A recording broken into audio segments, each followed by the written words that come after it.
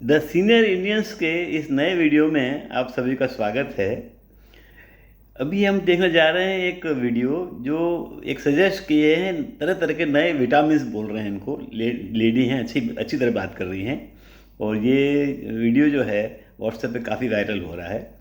And this video is quite educative also. आप जरा सुनिए ध्यान से, वो आपको आइडिया आएगा कि क्या क्या करना चाहिए अच्छी लाइफ जीने के लिए। चलिए सुनते हैं।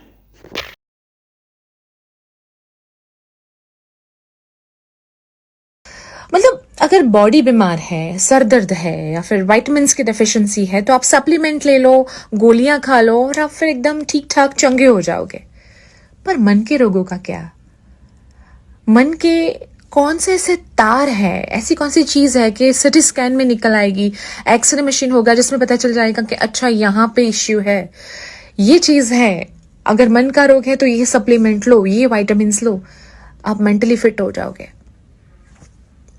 पर ऐसा तो कोई मशीन ही नहीं है। साइंस ने इतने सारे इन्वेंशंस किए हैं पर हमें पता ही नहीं है कि एक्चुअली हमारे मन को भी विटामिन्स चाहिए। नहीं लगता आपको ऐसा? विटामिन्स एंड सप्लीमेंट्स अगर शरीर को ठीक कर सकते हैं तो मन को क्यों नहीं? पर ये अलग बात है कि ये जो विटामिन है ये आपको बाजार में नहीं मिलेंगे। हाय, मेरा नाम जिया है और आप मेरे साथ ख्यालों वाली खिड़की में हो। और आज का टॉपिक ही है विटामिन B12।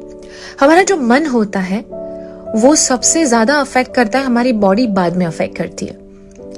हम अपनी जिंदगी से खुश ना हो, इस पैंडेमिक की वजह से बहुत सारी चीजों में बदलाव आया है, लाइफ पहले जैसी नहीं रही है, चाहे फाइनेंशियल स्ट्रेस हो, रिलेशनशिप का स्ट्रेस हो, ऐसी बहुत सारी चीजों का मिक्स हो जाना भी दिमाग को और मन को काफी चोट पहुंचाता है। सो सबसे ज्यादा अफेक्ट हम कहाँ करते हैं? रिश्तों में, जिंदगी में। जो चाहा वो ना मिला, जो एक्सपेक्ट किया था उस हिसाब से हुआ नहीं। जो रिश्ते होते हैं ना, ये हमारे मन को सबसे ज्यादा, हमारे मन पे इम्पैक्ट छोड़ जाते हैं। सुख का कारण भी वो होते हैं और दुख की वजह भी ये हमारा मन ही होता है।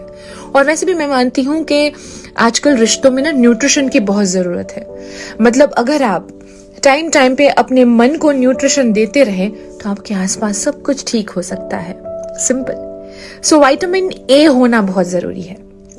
अब विटामिन ए, अरे अटैचमेंट, हम भले दूर हैं लेकिन एक दूसरे से अटैच है, एक दूसरे से करीब है, ये एहसास भी आपको अंदर से कितना अच्छा रखता है। So vitamin A is equal to attachment, जो आपकी दोस्ती, आपके रिलेशनशिप को फिर एक बार अपलिफ्ट करता है। और विटामिन ए को विटामिन बी का अगर सपोर्ट मिल जाए तो रिलेशनशिप बहुत ज्यादा रिफ्रेश हो जाता है। विटामिन बी, अरे उसमें तो बहुत सारे टाइप्स है ना, B3, B5, B12। बिल्कुल वैसे ही विटामिन बी यानी कि बॉन्डिंग। जब रिश्तों में गलतफहमियां होती हैं तो बॉन्डिंग कमजोर हो जाती है। सो गलतफहमियों के वायरस से लड़ने के लिए विटामिन बी बहुत अच्छा काम करता है, क्योंकि रिश्ता सिर्फ टेम्पररी नहीं होता, वो याद बन के आगे संभालने के लिए भी बहुत काम करता है। और इसी विटामिन बी के साथ अगर आप बारी बारी जब जरूरत हो विटामिन सी ऐड कर दो, थोड़ी सी केयर, थोड़ा सा कॉन्फिडेंस तभी आता है आपके रिलेशनशिप में।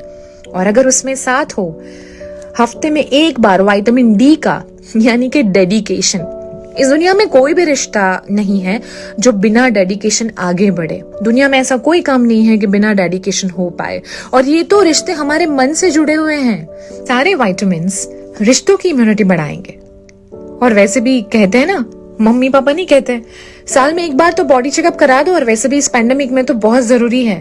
बिल्कुल वैसे ही मन का चेकअप भी बहुत जरूरी है। वक्त आने पर ये सारे विटामिन्स हमारे मन को, हमारी जिंदगी के रिश्तों को फिर एक बार जीने लायक बना देते हैं। इनकी इम्यूनिटी बूस्ट हो जाती है। That's why it's very very necessary कि वक्त आने पर vitamin A, B, C, D आप अपनी मर्जी से अपने सप्लीमेंट्स ऐड करते रहिए। और मन के तो बहुत सारे रोग होते हैं, पता नहीं कौन सा रोग हमें लग जाए। कंपैरिजंस, पॉजिटिवनेस, खामोशी, गलतफहमियां, अविश्वास, न जाने कौन सा रोग हमारे मन को और हमारे रिश्ते को खतरा पहुंचा दे। और दुनिया में ऐसा कोई भी इंसान नहीं जो अकेला रहना चाहता हो। सबको अपने मन को अच्छा रखना होता है, और हमारा मन बहुत सारा जुड़ा हुआ होता है अपने रिश्तों के साथ, अपनी जिंदगी के साथ। तो बस संभालिए अपने मन को, उसकी देखभाल कीजिए, वरना वो आइसोलेशन मोड पे चला जाएगा। और वैसे भी रिश्तों को न्यूट्रिशन की जरूरत बारी बारी होती है, उन्हें सींचना पड़ता है। उनके साथ ग्रो होना पड़ता है, उनकी देखभाल करनी पड़ती है। इस दुनिया में सबसे डिफिकल्ट अगर कोई मेंटेनेंस मांगता है ना तो वो रिश्ता है, और हर रिश्ते के साथ हमारा मन जुड़ा हुआ है। सो ध्यान रखिए, दूसरों के लिए नहीं, खुद के लिए, अपने लिए, अपने मन के लिए। Take care.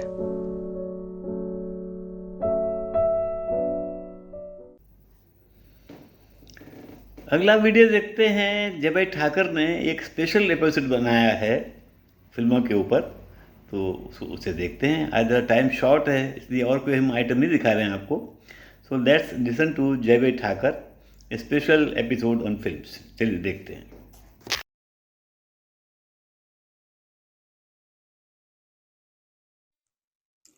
नमस्ते मित्रों।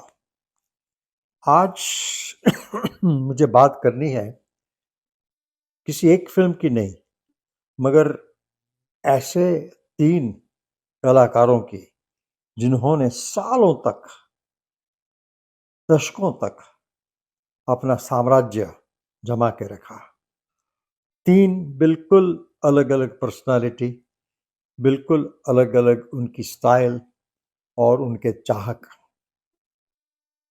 मैं शायद उन तीनों का चाहक हूँ।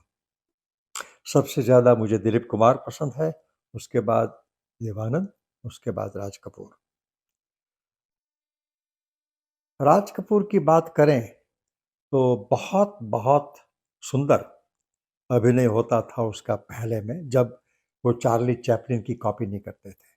उनकी आवारा से शुरुआत हुई, फिर 420 वगैरह में चलती रही।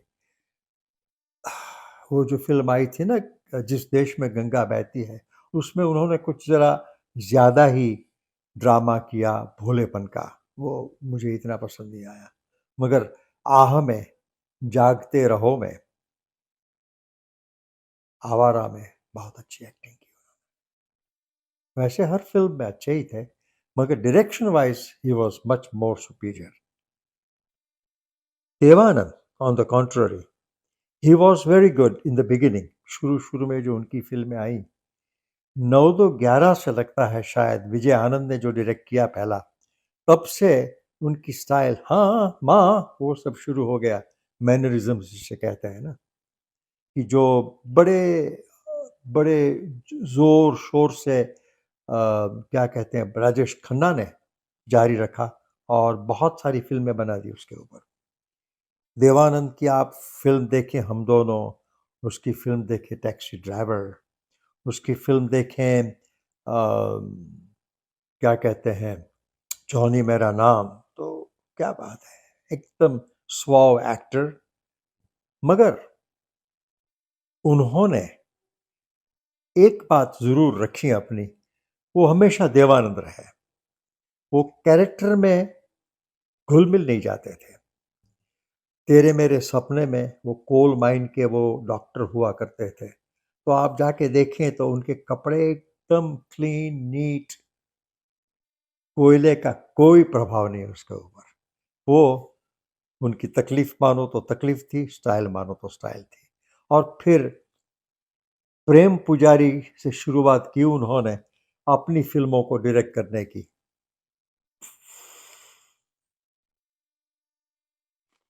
नहीं जमा।